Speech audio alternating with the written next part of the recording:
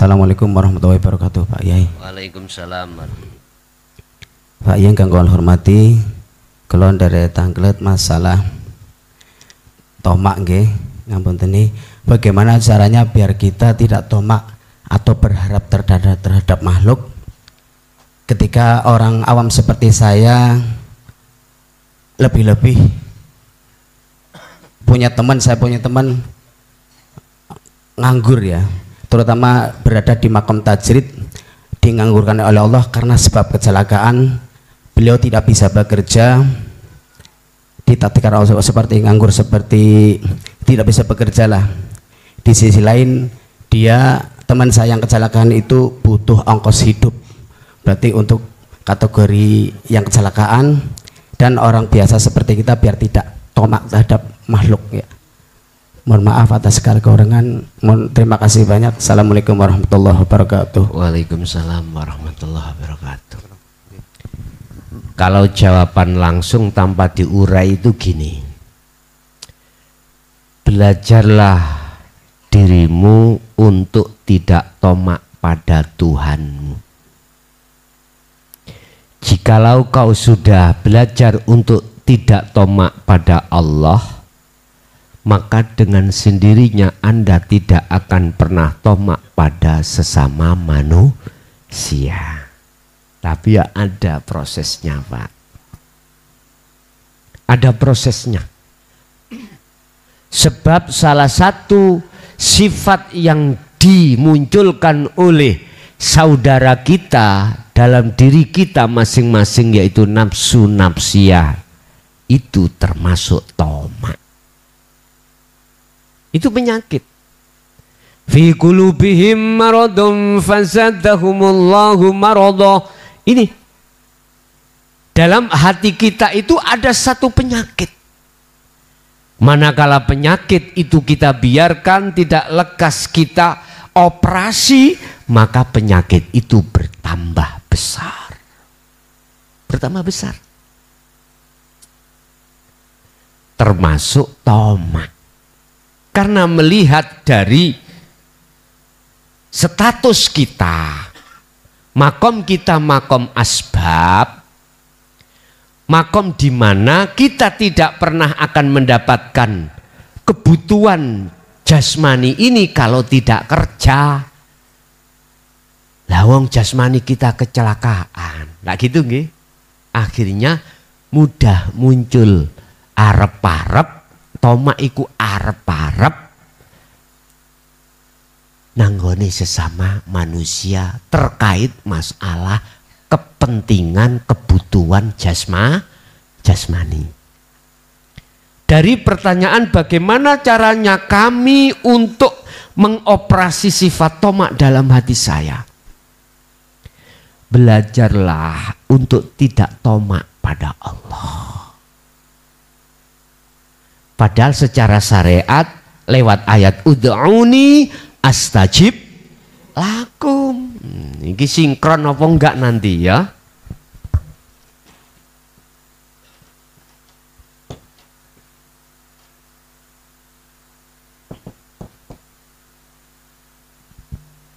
Jalu'o sira kabeh ni ingsun. Allah maksudnya,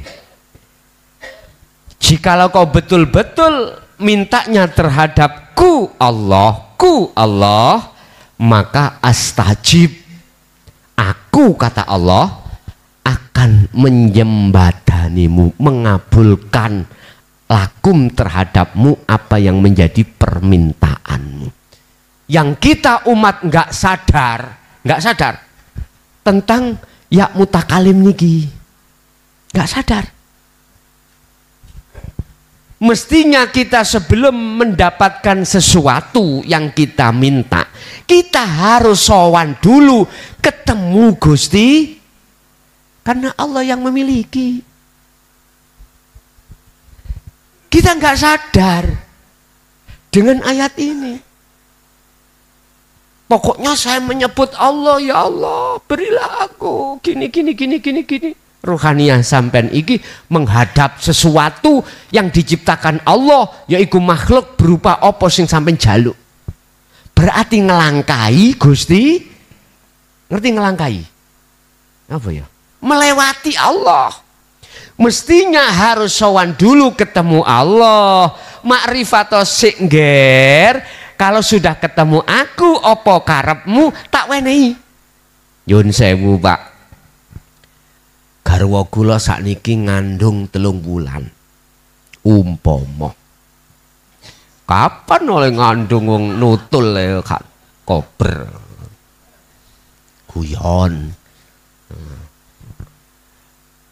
Masalahnya saya datang ngaji wis podo capek turu subuh sholat mari ngono kok terus ya sih ya Allah ibu nang pawon ini terus no turu bangun budal kerja habis kerja sudah kita langsung berangkat ngaji kalau jauh kalau kota sebelah Mojokerto aja berangkatnya habis maghrib berarti habis duhur istirahat di rumah nanti siap-siap asar kalau ada tamu terus habis maghrib berangkat pulang istri saya sudah tidur nanti arepe tak gugah yo mau saya bangunkan yo mesakti ya udah nanti gak tahu ketemu makanya bagaimana bisa punya anak wong gak tahu nutul. Bon, istri saya ngandung Pak umpama nyidam, tahu nyidam ya? Nyidam pelem, tahu belum? Apa? Mangga. Yang punya tetangga saya jenengan. Miturut aturan saya menemui jenengan dulu bilang minta mangga ataukah langsung tak wantem tak cupu. Iya. Bila mana saya antem atau saya singgek ambek genter, ambek watang apa atau saya penek. Saya belum bilang. Terus jenengan lewat jendela. Sapa iku meneh-meneh? Maling, gitu enggak? Iya. Tapi kalau saya itu sowan datang jenengan, Bu, bojo kula nyidam 3 bulan pingin dia itu makan mangga muda. Pasti monggo. Bahkan saya tidak diperbolehkan ngambil, ya dah? Diambilkan, lah gitu nggih? Ya Allah, itu tata krama. Artinya kita berdoa minta apapun, ruhaniyahmu itu klik nang Allah, bos. Ngono lho. Ojo diklik nang ngone mangga, Mang. Paham ya maksud kula? Inilah maksudnya ayat ud'u don jalu sira kabeh silakan madepo kuwi mara nang aku nek wis mara aku kalau sudah ke saya sowan ketemu aku apa permintaanmu astajib mesti tak kasih karena kekasih ya gak mungkin Pak mentolo kekasih berarti orang yang bisa sowan pada Allah hanyalah kekasih. Makanya jenengan iki gelek Gusti Allah iku menyanyi yang kini aku kekasihmu yang dahulu waktu si cilik nih kalau arek cilik lah kekasih Allah tau makrifat Allah terus ruhaniyai lah jenengan dengan saya ini loh ya sudah balik sudah cari kekasih selain Allah akhirnya Gusti Allah bendina menyanyi disapalah kita lewat apapun lewat angin dingin menerpa kita itu Allah menyapa berhubung mataku iku melihat anginnya ya maka aku beriman dinginnya sebab angin tapi nek kekasihnya mboten Mbak ya Allah wis nggak bisa mengutarakan kami. Bahkan di dalam Al-Quran dikatakan ketika ayat itu disebut nama Allah hatimu akan derdek Nama yang kumaksud disebut ismu, namanya bukan nama. Artinya ketika Anda ketemu Allah, udah semuanya hati redek. Kadang-kadang proses awak sampai panas, dingin merawan tak muncul dari sini. Macam-macam lah prosesnya itu. Jadi harus bertemu Allah dulu kita. Lah untuk menghilangkan tomak, jangan kau kemalan kakean cocot nang Gusti Allah atas semua apapun yang diberikan oleh Allah walaupun susah. Dari bahasa Jawa, ayo belajar nrimo ing pandum. Kita akan bisa melakukan itu kalau kita sudah tahu sistem bagaimana caranya kita kembali bertemu pada Allah. Itu tadi yang di depan. Berarti langkah kita harus tahu sistemnya bertemu Allah. Setelah kita bertemu, disitulah nanti kita tidak akan tomak.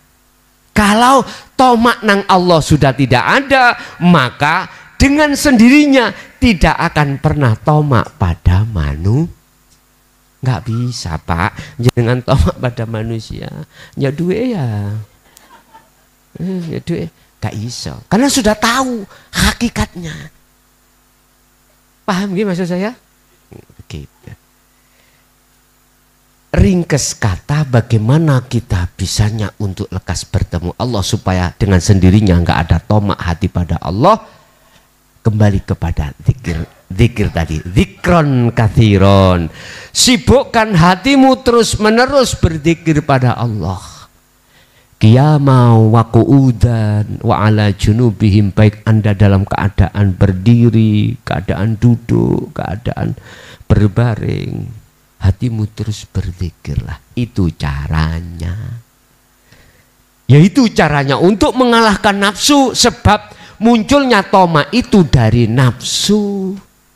Inilah Bapak Ibu yang dikhawatirkan Rasulullah, sehingga Rasulullah sebelum wafat beliau itu berpesan pesan yang amat berharga. Apa itu? Besok itu umatku ngadepi jihad yang paling besar, yaitu melawan hawa nafsu, perang. Oke, monggo ada lagi.